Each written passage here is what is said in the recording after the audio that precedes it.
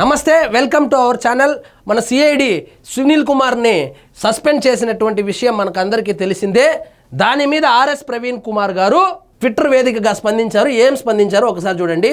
ఒక ఎస్సీ వర్గానికి చెందిన వ్యక్తి ఎక్కడ ఏపీ రాష్ట్రానికి డీజీపీ అవుతాడేమో అన్న అక్కసుతోనే ఐపీఎస్ ఆఫీసర్ పివి సునీల్ కుమార్ను చంద్రబాబు మరియు పవన్ ప్రభుత్వం సస్పెండ్ చేయడాన్ని ఖండిస్తున్నాను అంటున్నాడు. సార్, ఒక ఎస్సీ సామాజిక వర్గానికి చెందినవాడా, ఎస్టీ సామాజిక వర్గానికి చెందినవాడా, లేదా ఓసీ సామాజిక వర్గానికి చెందినవాడా కాదు.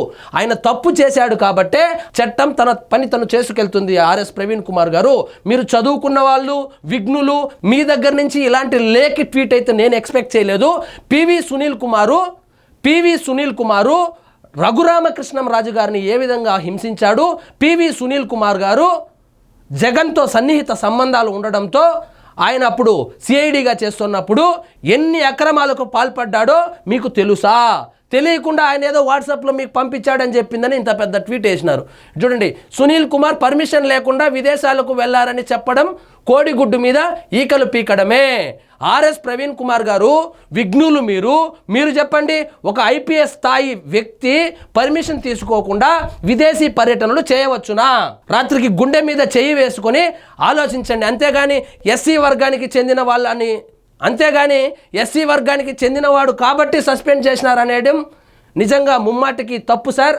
వాస్తవంగా చంద్రబాబు నాయుడు గారు దళితుల్ని మొట్టమొదటిసారిగా లోక్సభ స్పీకర్ చేసినటువంటి చరిత్ర ఉన్నటువంటి చంద్రబాబు నాయుడు గారిని పట్టుకొని ఒక ఎస్సీ వర్గానికి చెందిన వ్యక్తి ఎక్కడ రాష్ట్రానికి డీజీపీ అవుతాడు అనే అక్కసుతో సస్పెండ్ చేశాడు అనడం ముమ్మాటికి దిగజారుడు చర్య సార్. సునీల్ కుమార్ వ్యక్తిగత సెలవుకు అప్లై చేసుకున్నప్పుడే చెప్పిండు కదా తాను వీసా తీసుకొని విదేశాలకు పోతున్నానని.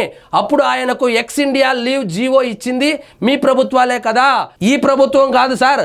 ఇష్టారాజ్యంగా ఆయనే సగం ప్రభుత్వం నడిపిందే పివి సునీల్ కుమారే సిఐడిగా చేసినప్పుడు. ఆయనే ఇష్టానికి పర్మిషన్లు తీసుకొని వెళ్ళాడు. సరే, అన్ని ఏమన్నా పర్మిషన్లు తీసుకొని వెళ్ళినాడంటే చూడండి, నిబంధనలకు విరుద్ధంగా సునీల్ కుమార్ సాగించిన విదేశీ పర్యటనల వివరాలు ఇది చూడండి. 2019, 20, 23, 21, 22, 24 అంటే ఈ మొత్తం ఆయన చేసిన పర్యటనలు జగన్మోహన్ రెడ్డి గారి ప్రభుత్వ హయాంలోనే జరిగిండేవి సార్.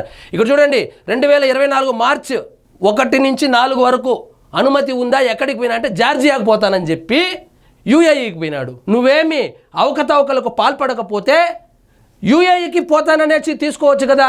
జార్జియాకి తీసుకొని యూఏఈ కిందకి వెళ్ళాడు. ఒకసారి ఆలోచించండి ప్రవీణ్ కుమార్ గారు. అదేవిధంగా 2022 డిసెంబరు 14 నుంచి 19 మళ్ళా జార్జియాకు, అదేదో అత్తగారి వెళ్ళినట్టు మళ్ళా జార్జియాకు అని అప్లై చేసి మళ్ళీ యూఏఈకి పోయినాడు. అందులో ఎటువంటి అవకతవకలు లేకపోతే యూఏఈకే పోతానని చెప్పి తీసుకొని ఉండొచ్చు కదా సార్. ఈ రెండేమో ఒక చోటకు పర్మిషన్లు తీసుకొని ఇంకొక చోటుకి వెళ్ళాడు. ఇక్కడ చూడండి, అనుమతి లేదు, ఇష్టానికి. ఇక్కడ చూడండి, లీవ్ పెట్టినామా, ఫ్లైట్ ఎక్కినామా, చెక్ వేసినామా. 2021 అక్టోబరు 2 నుంచి 8 6 రోజులు అనుమతి తీసుకోలేదు, మళ్ళీ యూఏఈకి పోయినాడు. 2023 సెప్టెంబరు 2 నుంచి 11 అనుమతి తీసుకోలేదు, స్వీడన్కు పోయినాడు. 2023 ఫిబ్రవరి 1 నుంచి 28 వరకు 1 నెల రోజులు అమెరికాలో పర్యటించి వచ్చినాడు. ఏం పని ఉంటుంది సార్ ఒక ఐపీఎస్ ఆఫీసర్కి? ఇన్ని విదేశీ పర్యటనలు చేయాల్సిన అవసరం ఏముంది? ఒకవేళ చేయవలసి వచ్చినా కూడా పర్మిషన్ తీసుకోవాలని తెలియదా? పర్మిషన్ తీసుకుంటే ఎక్కడికి పోవాలనో అక్కడికే కదా వెళ్ళాలి. ఒక చోటకు పర్మిషన్ తీసుకొని ఇంకో దేశానికి వెళ్ళడం ఏంటండి? ఇటు చూడండి, 2019 డిసెంబరు 21 నుంచి జనవరి 4 వరకు అమెరికాకు పోతానని చెప్పి యూకేకి పోయాడు సార్. ఇందుకు సస్పెండ్ చేశారు. అంతేగాని ఆయన ఏదో ఎస్సీ అని చెప్పి ఆయన డీజీపీ అయిపోతాడని చెప్పి కక్షగట్టి అయితే జరగలేదు సార్. మీరైతే గమ్మునుంటారా? మీ కింద పనిచేస్తున్నటువంటి ఐపీఎస్ ఆఫీసరు ఇష్టానికి లీవులు పెట్టి చెప్పా పట్టకుండా ఒక బాధ్యతాయుతమైనటువంటి పదవిలో ఉండి ఈ విధంగా వెళ్ళడము సమంజసమేనా? ఇందుకు సస్పెండ్ చేశారు సార్. అంతేగాని ఆయన ఏదో ఎస్సీ అని సస్పెండ్ చేయలేదు సార్. ఇంకేం చెప్తారు? ఆయన మీ అందరిలాగా డిప్లొమాటిక్ పాస్పోర్ట్, వైట్ పాస్పోర్ట్తో ప్రజల పైసలతో పోలేదు కదా. ప్రజల పైసలతో పోలేదు సార్. ఆయన పైసలతోనే పోయినాడో, లేదా జగన్మోహన్ రెడ్డి గారు ఇచ్చిన పైసలతో పోయినాడో, లేదా ఏదైనా అవకతవకలు చేసి వచ్చిన డబ్బులతో పోయినాడో కానీ చెప్పిపోవాలి కదా సార్. రూల్ ఉంది కదా, రూల్ బుక్ ఫాలో అవ్వాలని ఒక ఐపీఎస్ ఆఫీసర్కే తెలియకపోతే ఎట్లా? దావోస్కు మీ తండ్రి కొడుకులు ప్రజల సొమ్ముతో ఎంచక్కా తిరిగి రావచ్చు. దావోస్కు పోయింది పర్యటన కాదు సార్, పెట్టుబడులు తెచ్చేదానికి సార్. మీరు ఇచ్చిన టూర్ షెడ్యూల్ ప్రకారమే తిరిగిండ్రా బాబు గారు. విచారణ వేయమనండి, విచారణ చేయించుకోండి. ఎవరు వద్దన్నారు? ఇక్కడ చంద్రబాబు నాయుడు గారికి, లోకేష్ గారికి మరియు పివి సునీల్ కుమార్కి తేడా ఏమంటే, వీళ్ళు రాజకీయ నాయకులు, ఆయన ప్రభుత్వంలో ఉన్నటువంటి బాధ్యతాయుతమైనటువంటి పదవిలో ఉన్నటువంటి ఐపీఎస్ ఆఫీసరు.